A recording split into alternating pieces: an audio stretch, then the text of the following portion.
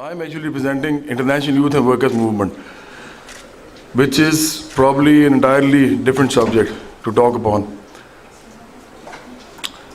There's one thing for certain. When I see you people, look at your faces, I can see one thing for certain. You're not from the same class.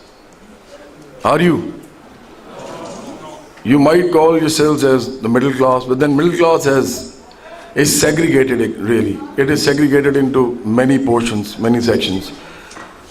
It starts from, say, a minimum wage of 25,000 rupees, then goes up till probably 2 or 3 crores a month. So you can safely say that the middle class comprises of 7 sections at least, as far as I have researched.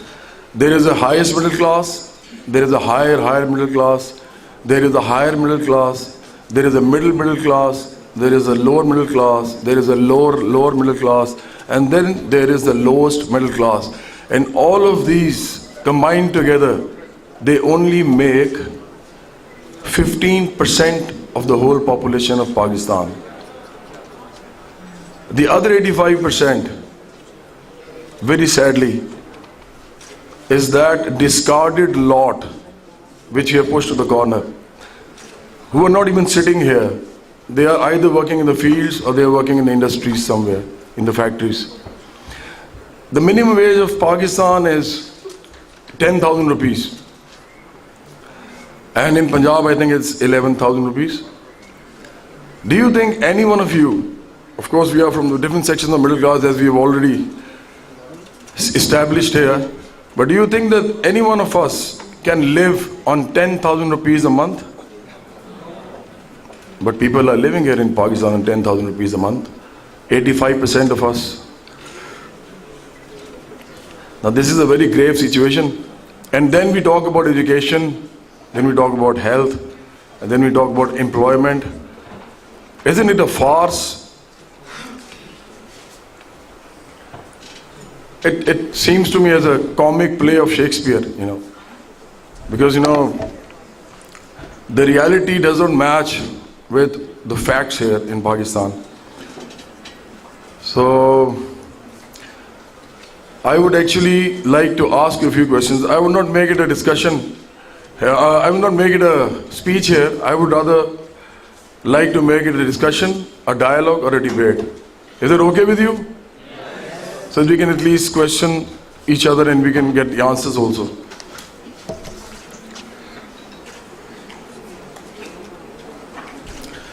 Sabse pehle, when a child is born, what does he inherit? At the moment that he is born, exactly what is it that he inherits in this society?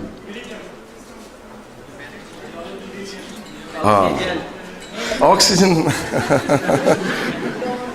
that is a necessity. I'm talking about inheritance actually, which is passed on to you, by your parents, by the heritage that you belong to. I will tell you, one, there is that private property that your father and mother have, your parents have. Two, it is the belief system or the religion of that house that you were born in. اب بڑی مزدار بات ہے، دنیا میں 7 ارب لوگ ہیں، 7 ارب لوگ ہیں. سب سے پہلی چیز جو انہیریٹ کرتے ہیں وہ ریلیجن ہے اور پرائیویٹ پراپرٹی ہے. ریلیجن جو ہوتا ہے وہ it is a philosophy, it is an ideology, اور it is a thought pattern, it is a mindset. ہر قسم کا بریلوی کے گھر پیدا ہوتا ہے وہ بریلوی ہوتا ہے. دیوبندی کے گھر پیدا ہوتا ہے وہ کیا ہوتا ہے؟ اہل حدیث تو نہیں ہوتا نا. اہل حدیث کے گھر جو پیدا ہوتا ہے وہ کون ہوتا ہے؟ بتائیں نا. طالبان کے گھر جو پیدا ہوتا ہے وہ کون ہوتا ہے؟ یہ وہ ہے. اس پہ بھی آتا ہوں. کہیں نہ کہیں سے اوریجن تو ہے نا. بریلویز کا بھی کہیں سے اوریجن ہے، دیوبندیز کا بھی ہے، طالبان کا بھی ہے. بالکل آپ نے صحیح کہا. لیکن ایک دو بار جب اسٹیبلش ہو جاتے ہیں سارے تو اس کے بعد ان کے گھر میں وہی پیدا ہوتا ہے. ایسے ہی ہوتا ہے جی. کرسچن کے گھر پیدا ہوتا ہے جو وہ کون ہوتا ہے؟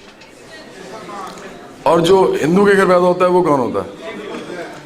اور جو یہودی کے گھر پیدا ہوتا ہے وہ کون ہوتا ہے؟ ایک بات طے ہے کہ مذہب جو ہے وہ بڑی ہی عزت والی چیز ہے. کیوں؟ کیونکہ جس طرح آپ اپنے والدین کے بارے میں کوئی بات نہیں سن سکتے، چاہے آپ کے والد صاحب دنیا جہان کی رشوت کماتے ہوں، چاہے وہ بہت برا حال کرتے ہوں سوسائٹی میں، اور زیادہ تر تو ایسے ہوتا ہے، آپ کو پتا ہے، ہر ایک کو کرنی پڑتی ہے، سسٹم ایسا ہے، کیا کریں، بڑی پرابلم ہے. اگر رشوت نہیں لیں گے، سفارش نہیں کرائیں گے، تعلقات نہیں بنائیں گے، کرپشن نہیں کریں گے تو کام نہیں چلے گا. لیکن ہمارے والد صاحب کے بارے میں ہم بات نہیں سنتے، کوئی ہم نہیں سنتے، کیونکہ یہ ہمارے ایک ایموشنل معاملہ ہوتا ہے، ہم نے ان کو انہیریٹ کیا ہوتا ہے، وہ ہمارے ساتھ شروع سے ہوتے ہیں. اسی طرح ہمارا ریلیجن جو ہے وہ انہیریٹڈ ہوتا ہے، ہم اس کے خلاف کوئی بات نہیں سنتے. اور یہ بالکل ٹھیک بات ہے، یہ بہت ہی خوبصورت بات بھی ہے. ریلیجن بڑی خوبصورت چیز بھی ہے، لوگوں کو بہت ساری ویلیوز دیتی ہے، بہت سارے اقدار سے نوازتی ہے انسان کو. لیکن اس کے ساتھ ایک اور چیز بھی، اس کی کرولری ہے، وہ یہ ہے کہ ہمیں پھر تمام مذاہب کی عزت کرنی چاہیے. ایسا ہی ہے، کیونکہ ان سب نے وہ انہیریٹ کیے ہیں، انہیریٹ ہی کیے ہیں نا. ایک بات میں آپ کو بتا دوں، پاکستان اور انڈیا میں جتنے مسلمان ہیں نا، یہ سب ایک ایسی ذات سے، زیادہ تر مطلب میجورٹی ایسی ذات سے تعلق رکھتی ہے جو ہندوز کے زمانے میں ان کی سب سے لوسٹ کاسٹ تھی. اس کا نام تھا شودر. وہ ایسے لوگ تھے جن کو جب وہ گھر میں داخل ہوتے تھے نا تو لوگ ان کو کہتے تھے کہ تم نے ہاتھ ایسے کر لینے، کسی کو ٹچ نہیں کرنا کسی چیز کو، اپنی نظریں جو نیچے رکھنی ہے، گندے گندے جتنے کام گھر میں وہ کرنے ہیں، اور چپ کر کے نظر نیچے کیے بغیر، اوپر کیے بغیر گھر سے نکل جانا ہے. یہ وہ شودر تھے، انٹچبلس. جب یہاں پہ اسلام آیا، اسلام کے اندر ایک چیز تھی، مساوات، برابری، کانسیپٹ تھا. جب وہ شودروں نے دیکھا کہ یہ تو بہت زبردست چیز ہے، یہ تو ہمیں برابر کر دی کہ لوگوں کے، وہ سارے مسلمان ہو گئے. تو اکنامک ریزنز کی وجہ سے، یہ ذہن میں رکھیے. کیوں؟ اس کی میں آپ کو وجہ بتاتا ہوں. برہمن ایک مسلمان نہیں ہوا. چلیں، تھینک یو سو مچ مجھے میری انفارمیشن میں اضافہ کرنے کے لیے. برہمن as a cost never converted. Ideology کی بات نہیں تھی، اکانومی کی بات تھی. کس چیز کی بات تھی؟ کھشتری، ویش بہت کم ہوئے، برہمن نہیں ہوا. اب یہ بڑی امپورٹنٹ بات ہے کہ جب ان لوگوں نے اسلام قبول کر لیا، ان سب لوگوں نے، تو اس کے بعد انڈیا میں برابری پھر بھی نہیں ہوئی. پھر بہت سے لوگوں نے ہجرت کی 1947 میں، کیونکہ اسلام کہتا تھا کہ سب برابر ہیں، کانسیپچولی کہتا تھا. 47 میں سب نے ہجرت کی، پاکستان میں مسلمانوں کا ایک ملک بنا. آج یہ 95% مسلمان ہیں یہاں پہ. کیا آپ کو کہیں برابری نظر آتی ہے؟ آتی ہے آپ کو کہیں برابری نظر؟ کیا ہم اپنے نوکر کے گلاس میں پانی پی سکتے ہیں؟ آپ مہان ہیں. دیکھیں، یہاں پر بھی اسی طرح کاسٹ سسٹم ہے، یہاں پر بھی کلاسز ہیں. آپ سب لوگ جو موجود ہیں یہاں پہ، اگر کوئی ڈیفینس سے آیا ہے تو وہ بالکل اور ہے، جو پکی ٹھٹی سے آیا وہ بالکل اور ہے، جو کرشن نگر سے آیا وہ بالکل اور ہے، جو بھاٹی گیٹ سے آیا وہ بالکل اور ہے. یہ آپ مانیں یا نہ مانیں، آپ کو اچھی طرح معلوم ہے جو میں کہہ رہا ہوں. اور یہ کلاسز پریویل کرتی ہیں. ایجوکیشن کالج میں جو لوگ پڑھتے ہیں ان کے باپ بھی ایجوکیشن کالج سے پڑھے ہوتے ہیں. جو گورنمنٹ اسکول سے پڑھتے ہیں وہ گورنمنٹ اسکول سے ہی پڑھے ہوئے والدین کی اولاد ہوتے ہیں. It is a class system and it is a caste system that prevails in Pakistan. اس طرح کی سوسائٹی جو کلاس بیسڈ ہو، جو طبقات میں بٹی ہو، اس میں ایجوکیشن کبھی یونیفارم ہو سکے گی؟ یہ سب جھوٹ ہے، یہ ہو ہی نہیں سکتا. میں آپ کو بڑی سمپل سی بات بتاتا ہوں. امریکہ ہے نا، امریکہ ایک بہت بڑا کیپٹلسٹ ملک ہے. پوری دنیا میں کیپٹلزم کا پرچار کرتا ہے، سرمایہ دار ہے. سرمایہ داری جو ہے وہ ایجوکیشن میں بھی آ گئی ہے. سارے آپ اس یونیورسٹی میں پڑھتے ہیں، آپ کو بڑی فیس دینی پڑتی ہے، آپ کو پتہ ہی ہے، غریب آدمی نہیں پڑھ سکتا یہاں. تو سرمایہ داری نے ہر چیز کو صنعت بنا دیا ہے، ہر چیز کو. اچھا بتائیں کہ جو بیماری ہوتی ہے، بیماری یہ کیا ہوتی ہے؟ یہ صنعت کہہ سکتے ہیں اس کو؟ صنعت کوئی یس یا نو بتائیں، صنعت کہہ سکتے ہیں بیماری کو؟ نہیں کہہ سکتے نا، لیکن ہے صنعت. بیمار ہوگا تو ڈاکٹر ہوگا، بیمار ہوگا تو ہسپتال ہوگا، بیماری ہوگی تو فارماسیوٹیکل کمپنیز ہوں گی، بیماری ہوگی تو وہ دوائیاں بنائیں گی، بیماری ہوگی تو وہ اس کو بیچیں گی، بیماری ہوگی تو اس کو خریدا جائے گا دوائی کو.